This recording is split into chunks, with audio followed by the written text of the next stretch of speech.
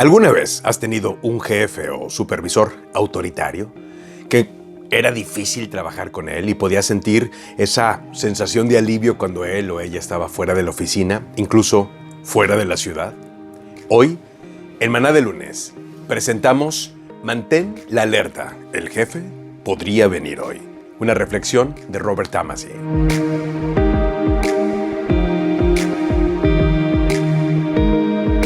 ¿Alguna vez tuviste un jefe que cada vez que salía de la oficina era un momento de celebración? Tuve la suerte de tener varios superiores a los que les informé que disfrutaba estar cerca, pero hubo un par de jefes cuya ausencia me hacía exhalar un suspiro de alivio.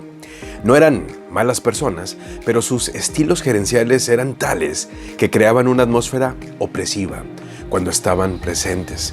Todos se sentían nerviosos, sin saber qué haría el jefe a continuación o cómo interrumpiría sus rutinas habituales. Por lo tanto, su ausencia de la oficina aliviaba inmediatamente la tensión y creaba un ambiente de trabajo más agradable. Sin embargo, incluso teniendo los mejores jefes, existe una tendencia a relajarse cuando no están presentes. No seríamos solicitados repentinamente a su oficina, tendríamos tiempo para trabajar y completar los proyectos asignados antes de que regresaran. Incluso podríamos tener la tentación de poner los pies sobre el escritorio y tomárnoslo con calma por un tiempo, sabiendo que no habrá nadie que nos diga quita los pies del escritorio. Algunas personas optan por aprovechar la situación. Para ellos, la ausencia del jefe significa holgazanear en su trabajo. Como dice el dicho, cuando el gato no está, los ratones hacen fiesta. Pero ¿y si el jefe cambia de planes y regresa inesperadamente, interrumpiendo su festejo improvisado?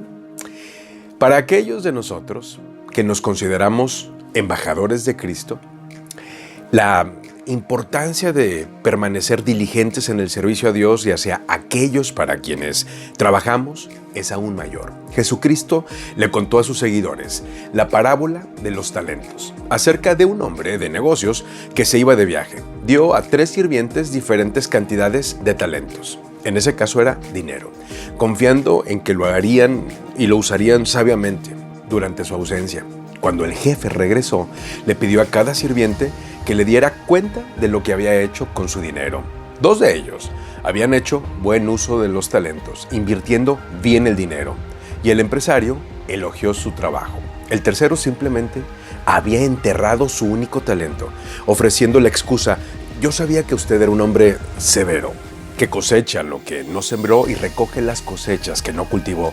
Tenía miedo de perder su dinero, así que lo escondí en la tierra. Mire, aquí está su dinero de vuelta.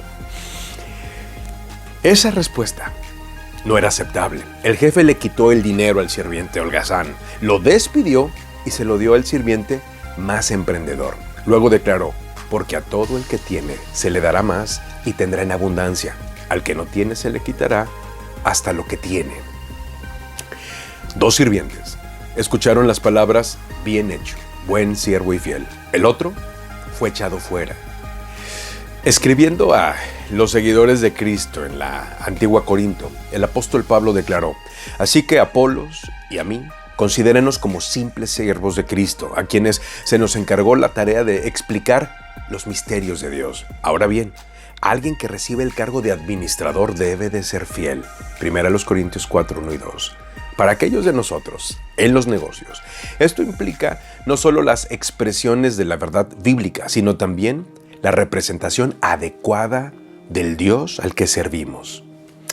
Un día se nos pedirá a todos que demos cuenta de cómo usamos las habilidades, las oportunidades, las experiencias y los recursos que el Señor nos confió. Es por eso que nos dice: y ahora, hijitos, permanezcan en Él, para que cuando se manifieste tengamos confianza y cuando venga no nos alejemos de Él avergonzados.